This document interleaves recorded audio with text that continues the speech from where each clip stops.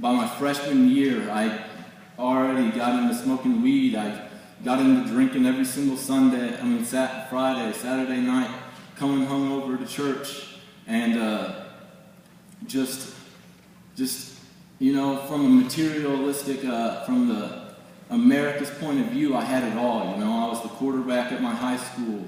I had friends on friends on friends, and I had just so much.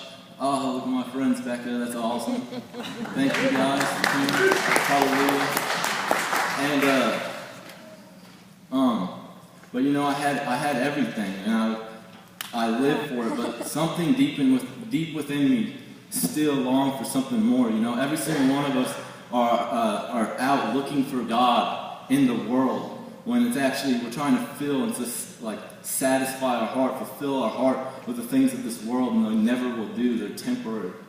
And the only thing that can really, really fill your heart is God. It's that He's the only size that can fit your heart and truly satisfy you, truly fulfill you. And I went on thinking that, and so I was always leading people the wrong direction. The younger kids would look up to me, and I would ask them if they wanted to go smoke with me. I wanted to, you can go to this party because you're cool, and things like that, And so the whole time the Lord had me in this leadership position, but I was leading everyone down the wrong path. And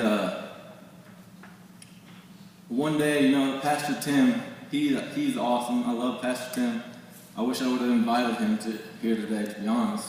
But, he started reaching out to me, and I had no idea why. I guess he saw something deep within me.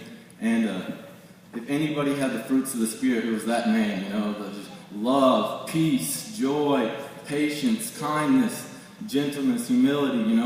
It just poured out from his being. And he would take me and just have me take me out to dinner, take me out to lunch, and I never knew why, because I wasn't living for the Lord. I wasn't doing anything for the Lord. And so one day, I think my sophomore or junior year, I don't know which, but Team Extreme came up here, and they, this was the Sunday that my parents weren't even at church, and Team Extreme came, and I really, for the very first time, I prided myself that I didn't cry ever. I prided myself in it. And I came, and they spoke, and they gave their testimony, and they did an altar call, and I came up just bawling. I didn't know why. I felt something deep within me that just was crying out for more.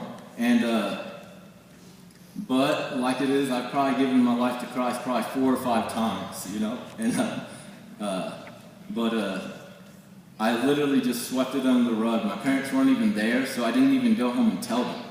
I literally just went and I cried. I didn't tell anybody because it just swept it under the rug, and I just went on going with life. And so during that, that was probably my biggest years of just the party life and everything like that. And so my senior year, I was really feeling drawn to the Lord again. For some reason, every single Sunday at church, I would almost start to tear up. And I didn't know why. I had no idea why, but the Holy Spirit was just drawing me. He was really drawing me to a deeper surrender. And by the end of my senior year, probably the summer going out of my senior year, Pastor Chris said, if you want to come up and rededicate your life to Christ or anything like that, to just come up and take the body and the bread first. And I did. And for so long, I wanted to do it, but no one else would get up and do it. And I was a follower. I wanted someone else to get up first because I was too scared. And for the first time, I just stood up, and I walked down the aisle, and I just started bawling, because once I got up, I walked down, and then a couple of people that my mom has a huge heart, and she always helps people out. But they were there at church that day, and they ended up getting up and recommitting their lives to Christ. And then a couple other